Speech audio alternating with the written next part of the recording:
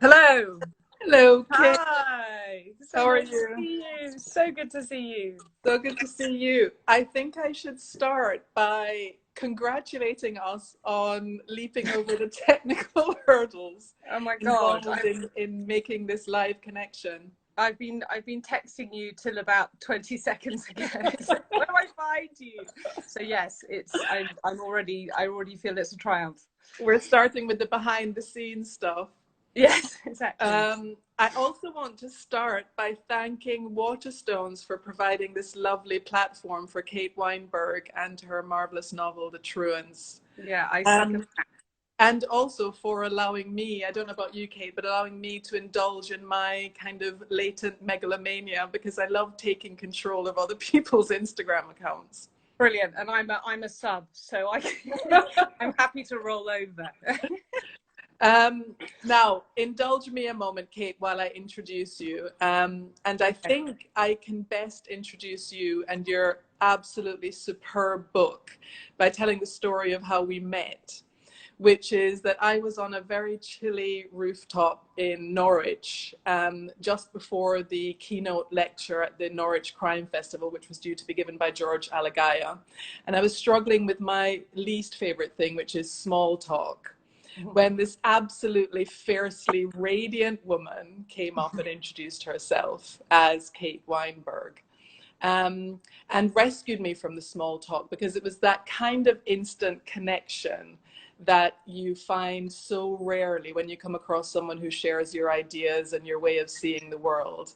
A connection which we then repeated with Nicola Rayner, the author of The Girl Before You, who was our third panelist for our panel the next day. And then with Louise Doughty, with whom we kind of palled up and went along to George's lecture, which was transformative. And one of the things he said, which I remember and wrote in my notebook, is that after all he's done, and he's been around the world and covered all of these events, he remembers the people more than the events. And it's the people I remember about that evening, that kind of instant group we formed on a university campus. And the way, of course, we were also enthralled by George Alagaya. And I think we've been united since by our shared admiration for him as well as for each other. No, that's absolutely true. I mean, as with all love stories, I've got a slightly different origin story for us in this. What the first moment I remember feeling a connection with you was when I was listening to Franny on Audible just before the festival, and as I came up the train, I was steaming towards Norwich, which is one of the main settings of the Truants. So everything was feeling resonant, and I felt like I had sort of jumped back in time in a way as well. And your voice was sort of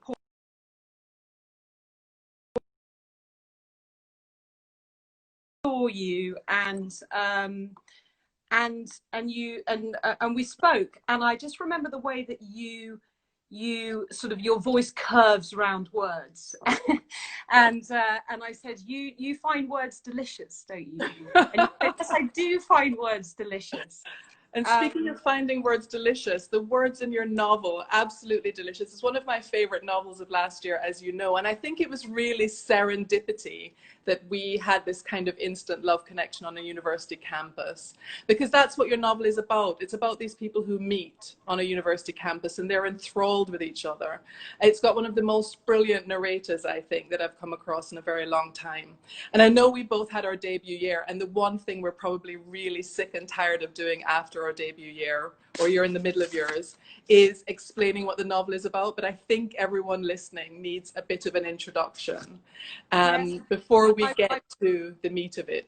Yes, and I apologize in advance because I've not really got better at this, and people always say, what's your elevator pitch? And I just get that frozen feeling which I get in lifts normally when I'm with people, which doesn't help. Isn't it one of the absolute joys of this year to discover you never find yourself in an elevator having to give an elevator pitch anymore? That's now going to happen. That is now going to happen, I promise.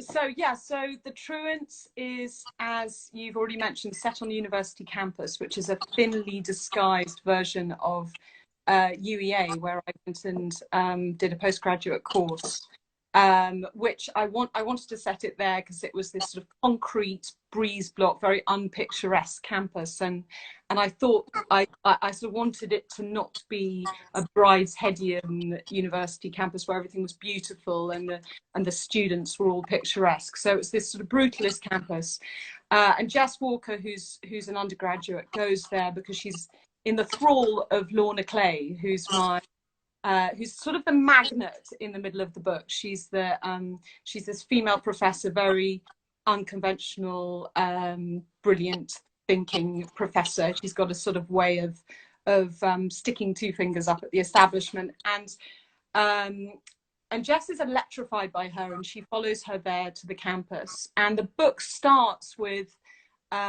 Jess reflecting back from 6 years later, and we just know that something really awful has happened.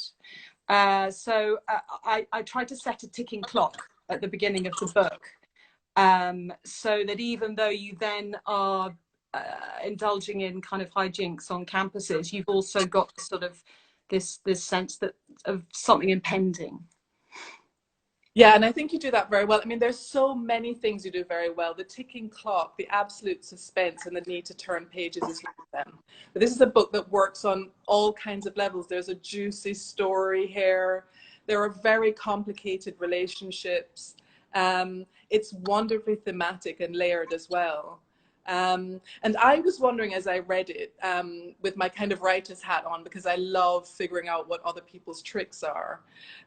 What came first for you? Were you drawn to the idea of writing about truancy and disappearances and vanishing? Or was it the case that you had a person in mind, you know, a character came to you and you wanted to follow them where they led? So it was a bit of both, really. I mean, when I was at UEA, I had the great stroke of luck of being taught by this very charismatic female professor called Lorna Sage. So it was a sort of bit of a failure of the imagination to call my character Lorna, but I had it there as in my working draft, and I just couldn't change it at the end. But Lorna was my mentor when I was there. At least she was obviously a lot more important for me than I would have been for her. And shortly after the course, shortly after I left, I didn't realise how sick she was of emphysema while I was there, and she died. And at the memorial service, a writing colleague of mine turned to me, I was really cut up, and said, you know, you'll write about her one day. So I had, and that was 20 years before 13 years before I sat down and started writing the Truants. So I had this sort of sense, I guess, a kind of foreshadowing of its own, that one day that I wanted to kind of connect to this spirit, this character who, you know, as you were describing George Alagai, the effect of someone like that when they kind of walk into a seminar and electrify a room. So I had this character I really wanted to write about. And then as the sort of cast of characters were assembled and the writing process continued, I realized that I wanted the themes that I wanted to write about. They started off being about truancy, which was rule breaking, you know, truancy being unconventional and trying to find an extraordinary life, because my narrator is this very ordinary person. She wants to be possessed by a more unusual spirit than she's got. And as I wrote it, I realized that actually there was a different kind of truancy that really interested me, which was the truancy where you're not where you're supposed to be, that you've kind of performed a vanishing act in your own life of some kind. So this theme, once I hit on that and I realized there was this sort of kernel to the book, I thought, okay, right, now I know what I'm doing. And I made sure that all my characters were vanishing had a sort of performed a kind of vanishing act of their own, emotionally, literally. Pretty much all of them do that. So the theme then propelled the plot. and then I started knitting it together and trying to create as much sort of juice as I could with love triangles and a crime and things that would mean you'd want to get to know these characters, what happened to them. There is a lot of juice there, and it's, you know, listening to you, I can see why it is so electrified by this theme, because the idea of truancy is a live wire that touches not only the events but the characters and their motivations as well. And it got me thinking about truancy in a different way. One of the really interesting things I picked up was a bit in the novel where you say writing is a bit like playing truant from your own life. I heard an interview recently by Arundhati Roy. Actually, I think when she was interviewed by Will Rycroft at Waterstones. Yes. Where he asked her the other dreaded question, which is which novel, you know, what's your next project? And she said something like writing a novel requires you to almost go into prison. Yes. It's a kind of vanishing act, isn't it, writing a novel? And I wondered what you thought about that idea that, you know, what kind of sacrifice is required by novelists and the people who love them, and how much of it is disappearing. But also this idea that perhaps truancy is a kind of human instinct, that that sometimes we do need the disappearance, for the act of disappearance for various reasons. Yeah, yeah, all of those things was sort of circling my mind when I was writing, and I think it was, well, I know it was no coincidence that actually, having always wanted to write, I really settled down and found my stride bizarrely at the time when I was most busy and stretched in my life, when I started having children, and I needed a refuge. I needed a place to go in my head, as well as sort of in a shed where I was kind of playing with a different world. And so, you know, there's this kind of notion that the pram in the hallway, that when you get a baby, your creativity is really screwed for a bit. And actually it had this reverse effect on me, which was possibly because I needed to play truant from those kind of early years. I ended up just getting on with it much more in these really sort of small windows of time. So there was definitely that. But I've also always had and I'm sure many women and men feel this, but this sort of strong kind of running away fantasy. I've never you know, since a child, and I've never quite shelved it. And I think it's just part of not wanting to be kind of set as a character in life, you know, not to kind of get to that point where you're an adult and there you are, you've created yourself and you're not going to change, to kind of keep yourself alive.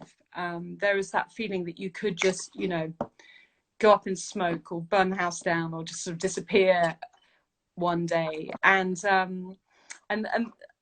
you'll know that I brought in Agatha Christie into my book for this reason, who a lot of people will know this, but who actually played a kind of vanishing act in the middle of her life. She disappeared for 11 days in 1926, when her husband told her that he had been unfaithful, and it's never been fully resolved what happened, but she sort of popped up in Harrogate in a random hotel 11 days later, and she claimed amnesia, but it sort of never quite sat with the facts.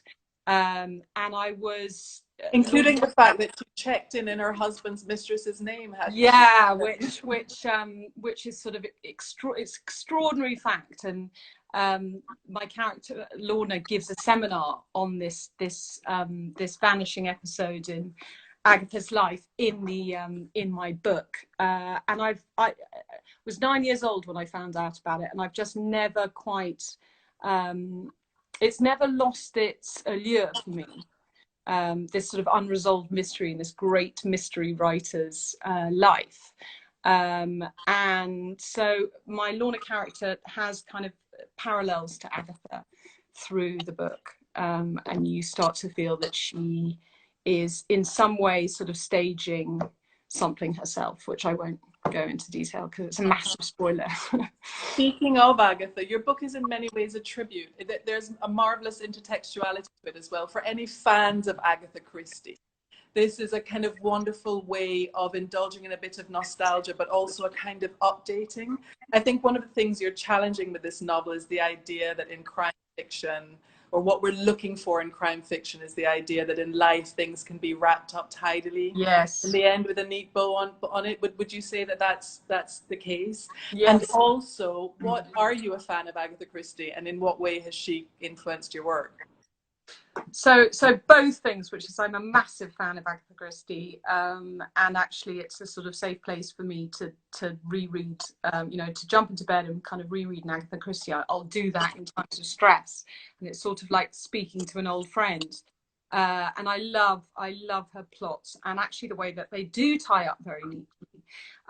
But my novel is, as you say, absolutely all about the fact that I don't believe that life is like genre writing and things don't tie up, and I think some people do try and control their lives in a way that they look like they make more sense than they do, and I don't think any of us do. I think we've all got massively frayed ends that we're sort of constantly sort of tucking in and not wanting to show people. So yeah, I wanted the book both to end on a satisfying note, but also for there to be these dangling, trailing questions. Yeah.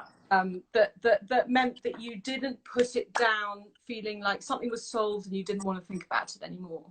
Yeah. That actually there was sort of ambivalence, ambiguity in the characters and in what had happened to them or who they were, that meant that you would keep thinking about it. Yeah.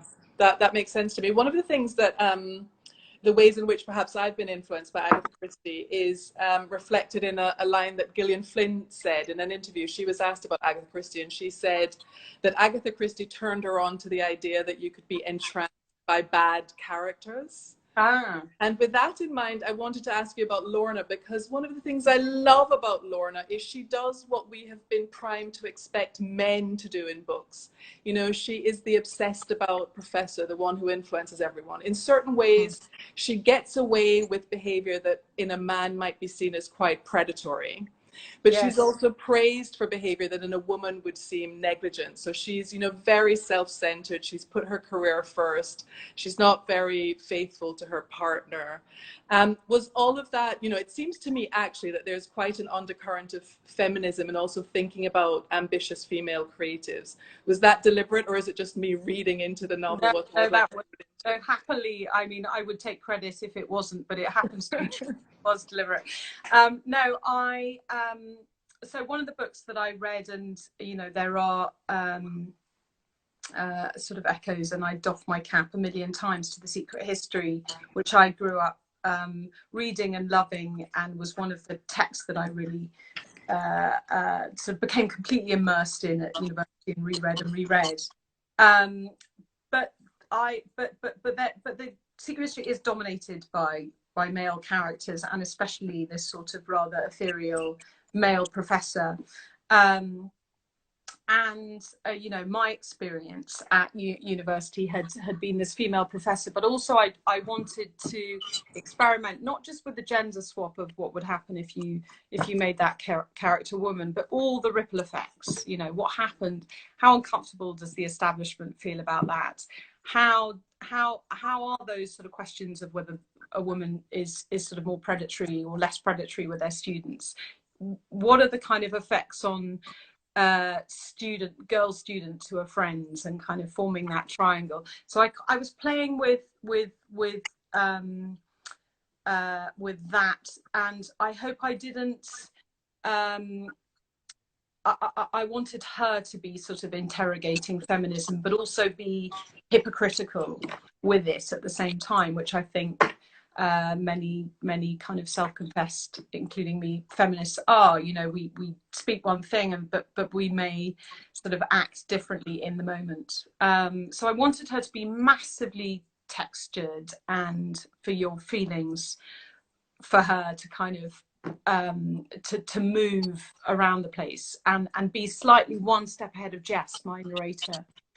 So that you're kind of a little bit worried about Lorna, and then you feel more comfortable, and then you kind of can't quite work out where you are. But yeah, that relationship was really the heart of the book for me. And she has this hypnotic effect on Jess, who we should mention Jess, because Lorna's upended expectations, but so has Jess, because the traditional observer narrator in this kind of novel, including in The Secret History, is Yes. a man, and Jess is a young woman coming of age. This is her university experience. She arrives excited, and then she sort of falls in love with a series of people, really. Yes. And the novel teases out the way we create ourselves and our sense of ourselves by the people who change us intellectually. But also how we change those people. Jess's effect on Lorna is just as important as Lorna's effect on her. And I was wondering, as I read it, apart from the real Lorna Sage, have there been any mentors in your writing life that you've had that kind of mutually beneficial relationship with? So not really specifically. Well, actually, one's come to mind a little bit, but not specifically writing. But I've always had female mentors. I've always really been drawn to strong intellectual older women, and kind of what I can learn from them. I mean, it's no accident I lost my mother when I was very young, and so I've always looked for women who had some kind of guiding effect on me, and the sort of perfect storm of someone who's wise but also has something intellectually that feels like I can, perhaps inherit's too strong a word, but I can get something that I can engage with and sort of and learn from. So yeah, I have always had that, and I hope I'll continue to have that. I feel like I've probably got this big flashing sign whenever anyone sort of that description comes anywhere close to me, which is, teach me, I still got that. But I mean, I think I'm now at the age where, I'm closer to Lorna's age in the book, much closer than I am Jess's. And that was another weird thing, because I took so ridiculously long to write the book, that actually I started sort of seeing things much more through Lorna's stage of life by the time I entered the book. And that was interesting too, because I realized that people, that mentors, they have an agenda of their own, and right. that they're also feeding off it in some way. They're getting something out of the deal. Yes. It's actually quite a selfish endeavor on Lorna's part at many parts of the novel. And in examining that, I think you explore the damage that women in particular, there's a sort of particularly female kind of damage that Lorna does to Jess. And so one of the questions I had for you is a pretty blunt one. Okay. Is Lorna a good teacher? Was Lorna a good teacher? Yeah. Well, the real life Lorna? Lorna in your novel, the Lorna Clay, the more complicated. It sounds like Lorna Sage was, and we have her to thank in part for the Truants. So. Yeah, she was a brilliant teacher. Lorna Clay. No, it's a brilliant question, because sort of in the end, Jess develops a great deal in the book. But she goes through an incredibly uncomfortable journey, of which Lorna's responsible for a lot of that. So yes, I mean, intellectually she's a brilliant teacher. She does exactly what Jess is. Jess is kind of fallow ground, waiting for this to happen, right? She's there, she's thirsty, she's kind of ready for someone to just sort of remake her world and show her a more extraordinary life. And emotionally, she takes her on a long journey too, because my character Jess has this sort of uncomfortable relationship with her own mother, and certainly what Lorna teaches her, sort of almost by mistake, is something that does really teach Jess to grow. So it comes back. But I think Lorna, I feel like Lorna is super aware of certain moves that she is playing with her students, both for the good and the bad. You know, she's the rule breaker. She's the one who's written her own book called The Truants, which is about whether artists get this kind of carte blanche to behave exactly as they like in the name of kind of writing great work. Yeah. So she's playing that out as a teacher, and in her life too. She doesn't want to be ordinary. Yeah, she's the embodiment of her own book. Yeah, so it's a kind of mixed. She deals this very kind of mixed lesson to Jess in the end. Can we talk a little bit about technique, because there's so much to admire? Can I just hello Maisie, because someone said, can you say hello Maisie? Hello Maisie. Also, someo's asking you what you're drinking, Kate. I didn't realize you were drinking anything. I didn't. Are you drinking? My sip, it is tequila tonic and a lot of fresh lime. I'm gonna raise my cup of tea to that. Yeah. Your doctor's cup of tea. But yes, tequila and tonic water. Tequila, yeah.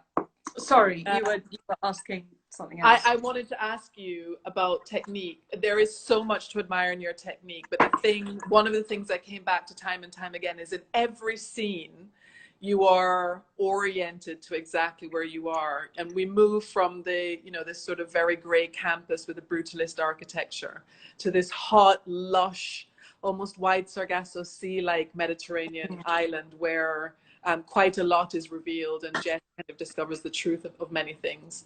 And it follows the arc of your story and Jess's state of mind so brilliantly that I wondered how you do that. And I know that's a really, really terrible technique question, but is it something that comes naturally, or could you please put me out of my misery and tell me that it's really painstaking and you've got to map it all out and plot it very carefully in order to achieve those effects?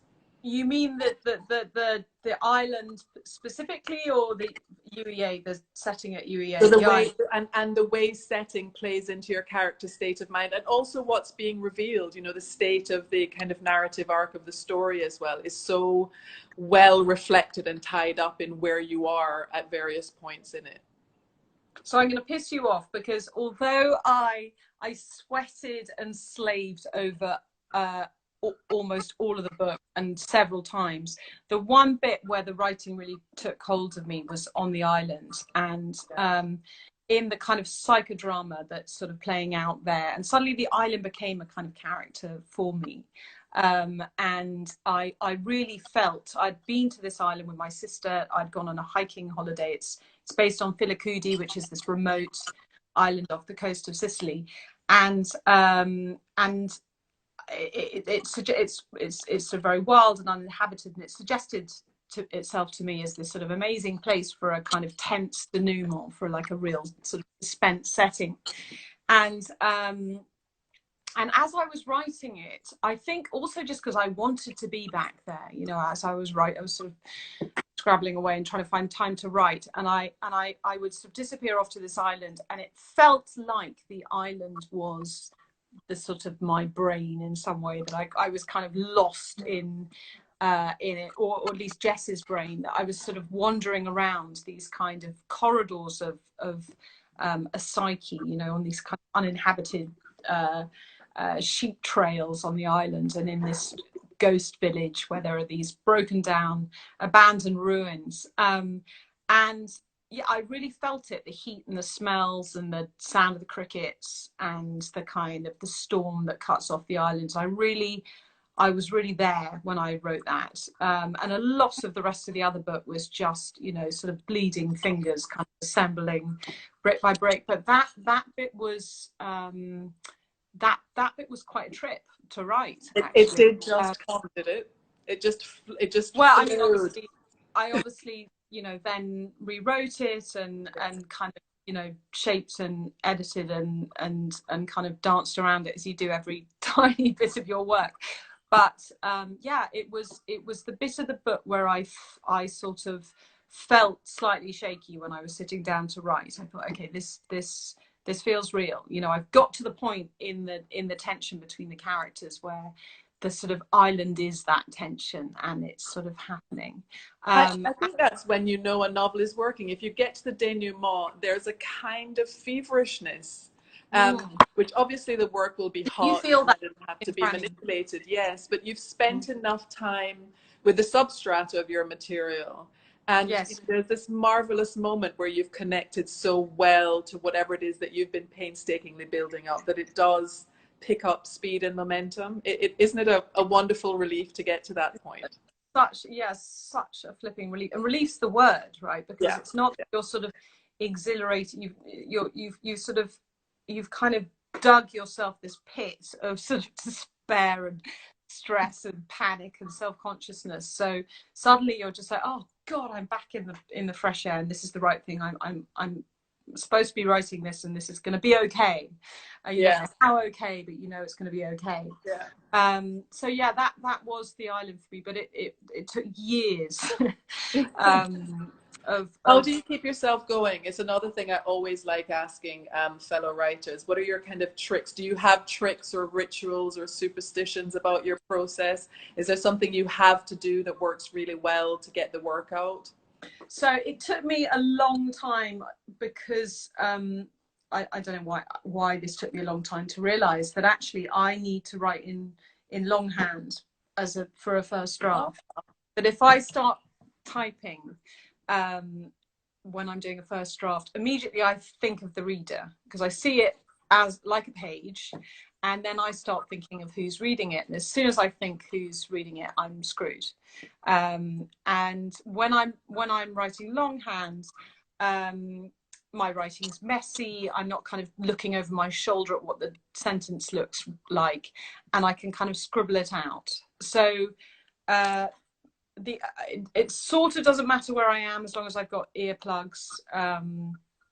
I can kind of go into a quiet place, but I do need a pen and paper rather than a keyboard with me to write first draft. And then all the subsequent drafts, transcribing it is a draft, and then all the kind of messing around with it is on the computer, which I enjoy, but I still haven't mastered being able to write that first draft in anything other than longhand. And it's such a relief to know that, because I keep on, like, sort of, you know, one of those sort of rats that run around mazes and they keep on pressing the thing that hurts them, you know, because they never learn. Yes. I think from time to time I just sort of I think, right, I'm going to just do a first draft on the computer again, and it's just always with this sort of terrible sinking feeling. Rats running around mazes pressing the thing that hurts them is actually a perfect summary of what it's like to write your writer, right? We've discussed this. You never learn.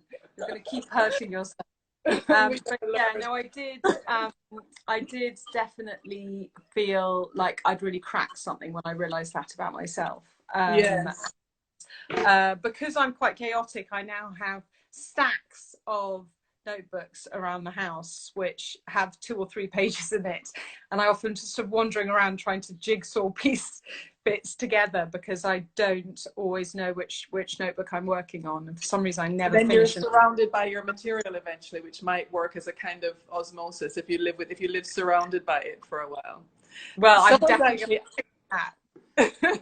Someone's actually asked me if you're working on any new material, which I was going to leave for the end, but perhaps we can talk about it. Yes. Whether you're working on any new material. I found that talking too much about the new material affects the process of working about it. I don't know if it's been the same for you. Are you giving me a to the extent that you can, would you please share what you're up to? Yes. So I am working on a new book, and it involves, but luckily I'm at very much the kind of early stage of building characters and doing research, and the research is sort of taking me back through my roots into South Africa, which is where both my parents are from. So I did happily, very luckily, I managed to do a trip way before we'd heard the words COVID, and I got out to South Africa, and I did some groundwork then, and now I'm doing quite a lot of research where I'm, you know, cold calling people and researching online, and then I'm doing what I've realized that I now do, which is I at the beginning of writing a novel, which is I sit down and I kind of write a biography for each of the characters, and I try and kind of work out who they are, and most importantly I try and work out what it is, what's the kind of defining thing that happened to them, possibly that will never appear in the book, but what's the thing that motivates them, what's that kind of, you know, moment that has sort of created this lens, and which is going to inform the way that they kind of look at the world and engage with other characters. And so I've got lots of backstory floating around at the moment, and it's exciting, and I'm getting bits of writing done, but I feel like there's a kind of latent energy in pulling together lots and lots of research and character work, which hopefully means that when I'm kind of let out the traps and I'm not involved in homeschooling anymore, I can really have at it. I love that idea that you write fairly detailed autobiographies or biographies of your characters. They're not your alter egos, biographies of your characters before you start writing, because I always find it a kind of trial and error process, going back to the rats, you know, that I don't know my characters until I make things happen to them, and the two sort of, the plot and the character develops in tandem. So when you have these really well developed full ideas of your characters, do they surprise you in the writing process? And actually someone's just asked that. Someone's echoed you. Kate has echoed you. She said, "Do they?" Kate Lohman, yes. Do they change? Yeah. A very good question, Kate. Yes. Do they change? Yeah, they really do, and I've realised that as I'm writing, that especially the male characters need. I tend to kind of write slightly more two-dimensional male characters that need a lot more work and a lot more thinking about what happened to them kind of off the page, whereas the female characters come more naturally to me. But yeah, I'm sort of, they do move around, and I try not to make it too sort of exact, which is, oh, this happened in their childhood and therefore they're this kind of person, but to sort of have some sense of what they were like when they were younger really helps. What was it like leaving them behind? Again, I'm asking out of personal interest on this one, because I found it quite difficult. You find but then, of course, you spend a year talking about them, and maybe you get fed up with them again. Yeah. What's been your experience? Yeah, how did you find that? How are you? Because you haven't left Franny behind yet, quite, have you? Yeah, and I'm torn, because I'm very proud of Franny and very attached to her, but also deeply fed up of her and of talking to her. Yes. And you know, not only do you have to talk about her, but Franny's being adapted for TV, so I have to think about her in that way. And it's an inability to disengage. You know, it's sort of like Frankenstein's creature. You put this thing in the world, and it's going to keep coming back and making you take responsibility for it. Speaking of adaptations, this would be a perfect project for TV or film. Has it been adapted, or is it in the process of being optioned? There are sort of conversations going on at the moment. So crossing all fingers and toes that something happens. I mean, it feels very surreal, that idea, but sort of wonderful and miraculous happens. But yeah, how do I feel? Can we do something quite indulgent before you move on, and ask if you have any dream castings? Have you thought about it?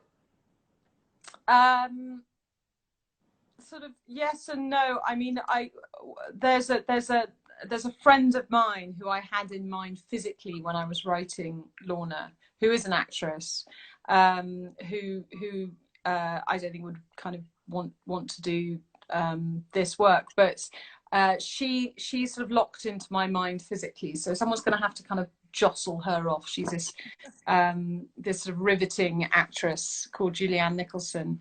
Yes, I know her, and she would be perfect. Yeah, so that kind of amazing sort of freckled face and red hair. Petition now on Walker. Yes, exactly. For Julianne. No, she's She's been wonderful and threw me, her and her husband threw me a book launch in America when it came out in America. So she knows that I think she's Lorna. But no, I don't know.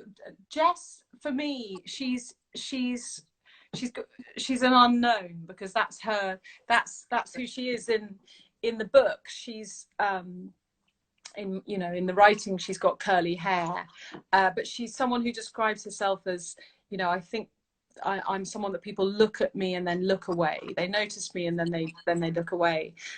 So she's got to have one of those faces that you that is somehow you can't kind of work out what it is that's arresting, because it's sort of not at all, sort of quite plain. Yeah. In a way, but kind of unforgettable. So I don't know. What about Franga? You must have a. It's interesting that we seem to have come to the same conclusion about our narrators, because I've never been able to visualize Franny. I had very fixed ideas about a number of people, including, I've said it many times publicly, Idris Elba for my character's laddie, just because I liked having his picture on my mood board. But I could never see Franny either, and I think it's because we occupy their perspective, the narrator's perspective, when they're writing the book. We're never seeing them, we're seeing other people through their eyes, aren't we? I know. I totally agree that. And actually, it is, having an observer narrator is a little bit like putting goggles on. You can't see them. And it was something that I found really hard in the writing, which was how do other people see her? And obviously that the sort of effect, one of the ways that you understand who a first person narrator is their effect on other people. But that kind of balance between making someone really ordinary, but somehow having enough of an effect on these quite kind of dazzling characters around them, that meant that you also sort of by association know there's something special about them. It's quite a hard thing to pull off, and presumably it's sort of quite a fun thing for an actor to pull off. Yeah, I think this is the roles of Jess and Lorna in particular, just absolutely meaty for any actor to get their teeth sunk into. I wanted to talk about the men, because we haven't really. I love the fact that we have focused on your female characters. This is what you've achieved. You've relegated the men in your novel, including a really sexy South African, to supporting acts.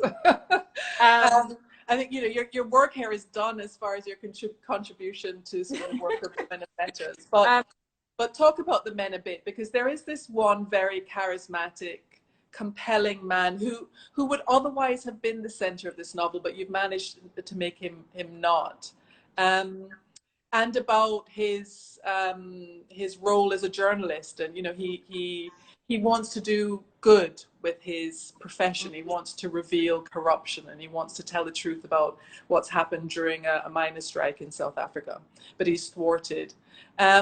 Is that drawn on any kind of real life experience? I know you were a journalist before, even just that feeling of what, the power of journalism, of what it can do.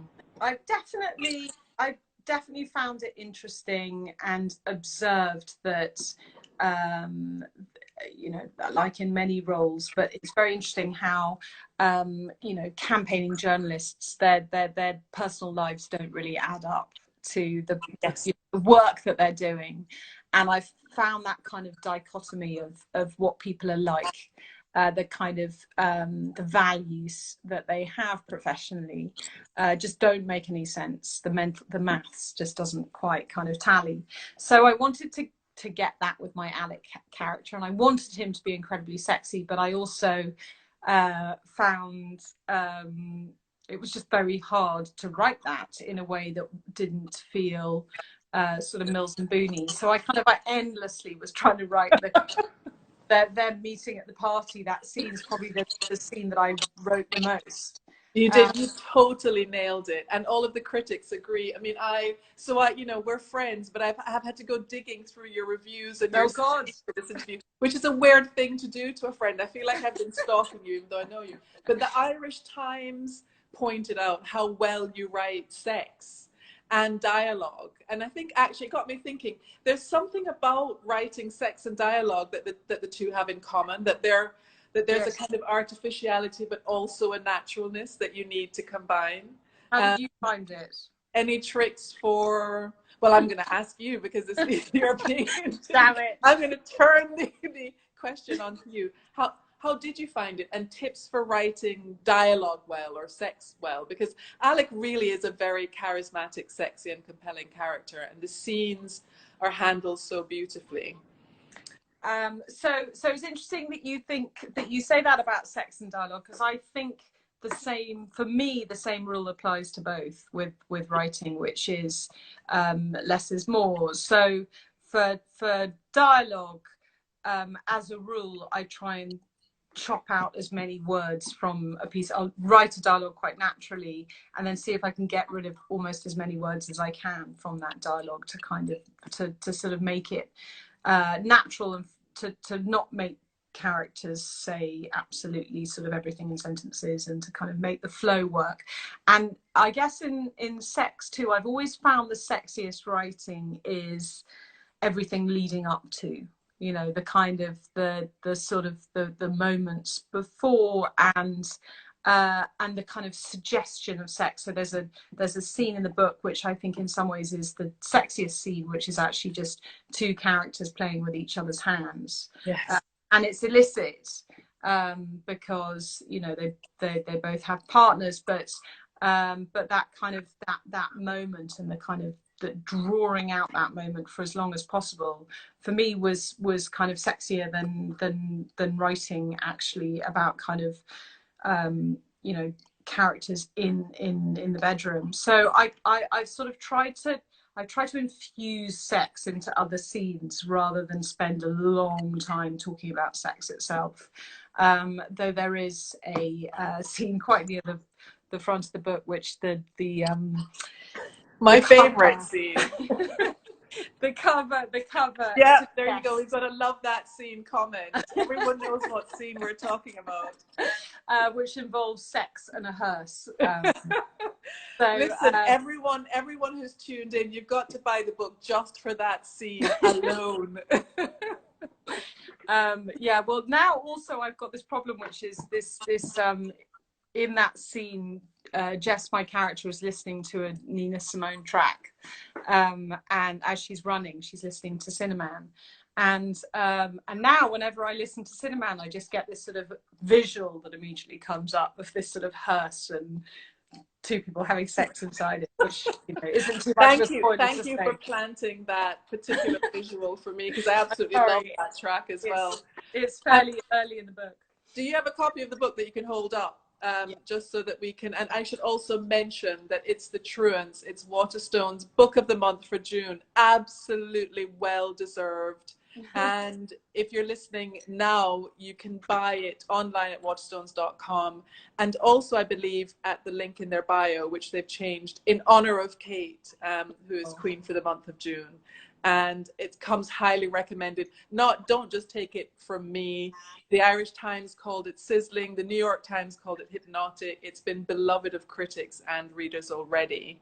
And I think what we should do now is fit in some audience questions. So if you have, someone's asking what genre is it, which I always find a really difficult question to answer. I mean, this is a book that smashes genres. That's one of the attractions of it. But do you want to comment on that, Kate? Well, yours is a genre mix-up as well, so you know how this feels. But yeah, it's a mixture of many things. So I'm definitely a greedy author that doesn't want to feel trapped or sort of pinioned into one genre. So, and I also I don't really buy the idea that you have to either be character-led or story-led, and that somehow one of those two things is going to have the market share on your book.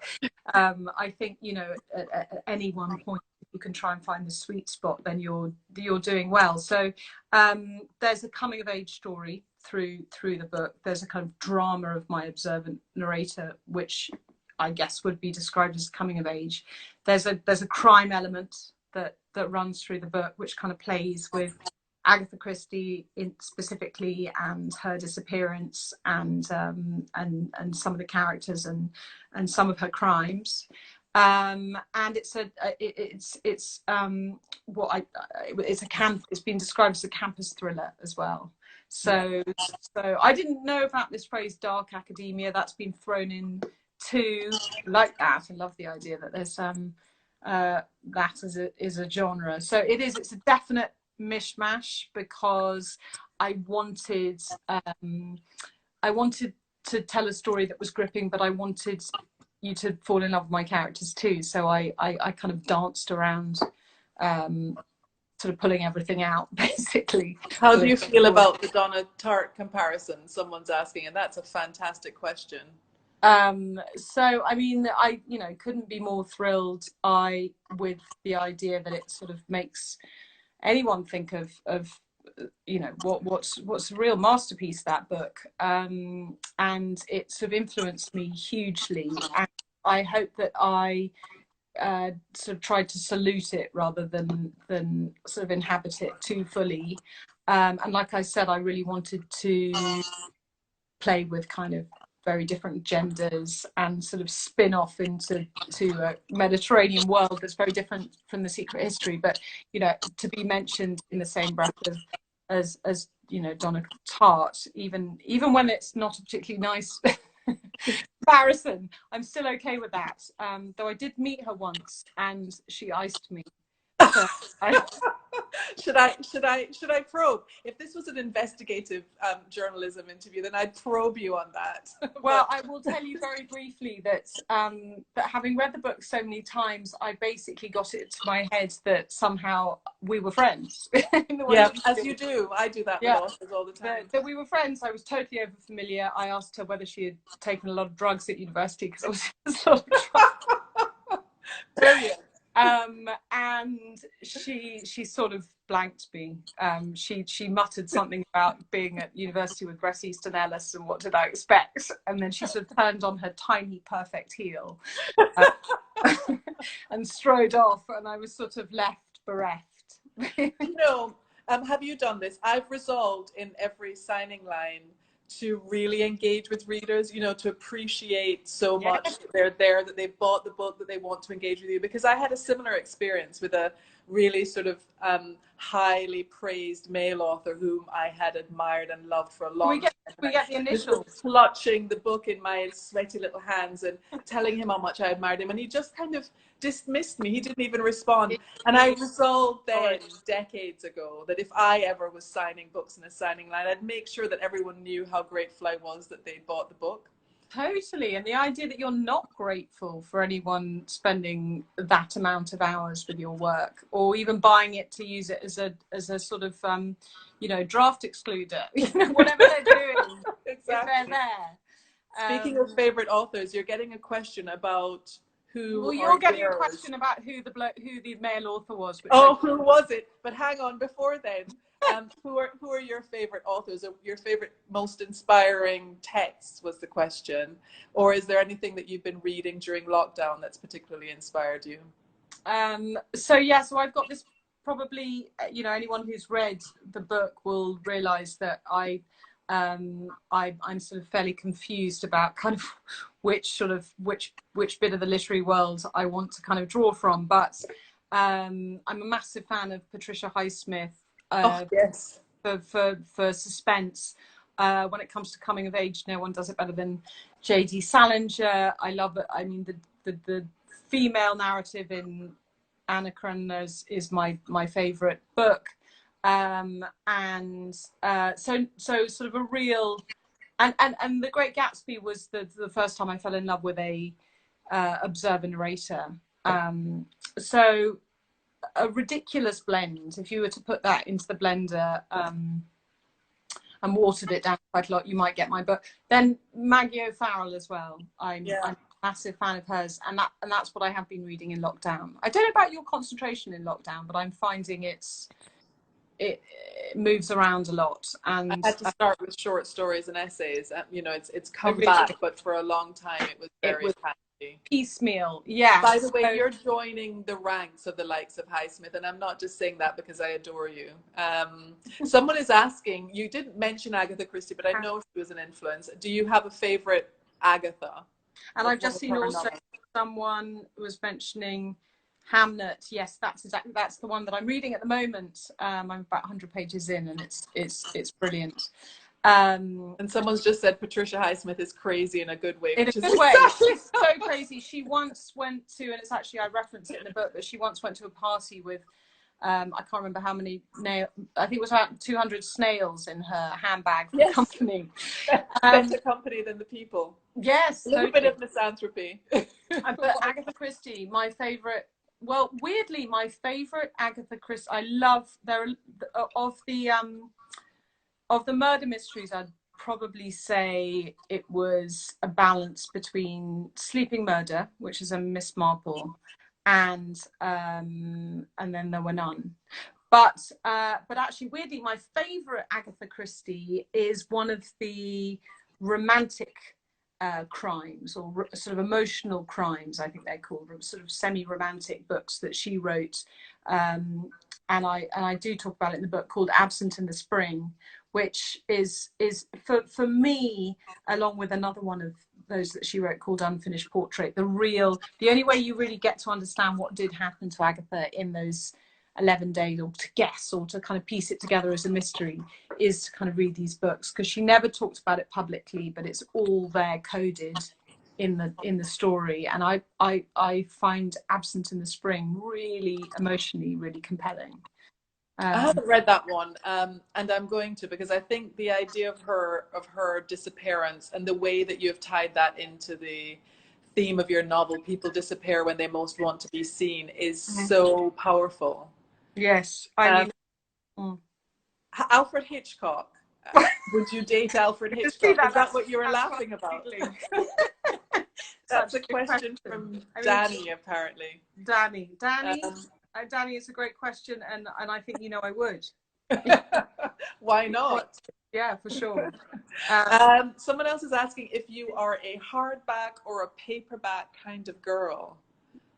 Oh, that's such a good question, and I'm not sure of the answer. I've always, I love that song "Paperback Writer" by the Beatles, so I think of myself as a paperback girl. But then there's nothing more beautiful than a hardback. There's a kind of reverence that you feel when you read something, and also, I've got the Hamnet, the latest Maggie O'Farrell hardback upstairs, and you do feel like you're paying your dues to a writer in a certain way when you invest in the hardback, and that it will probably sit on a different shelf, probably a bit lower down because they're taller, and you're going to see it be more in eye line, and it will be more of a sort of piece of art somehow in your house. But saying that, nothing collectible than kind of running around with a clutch of dog-eared paperbacks in my bag.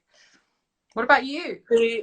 So the books that I go back to time and time again and that are really well loved are all the paperbacks. You can't snuggle with a hardback, is the problem. That's true. You take a hardback to bed and it just isn't the same.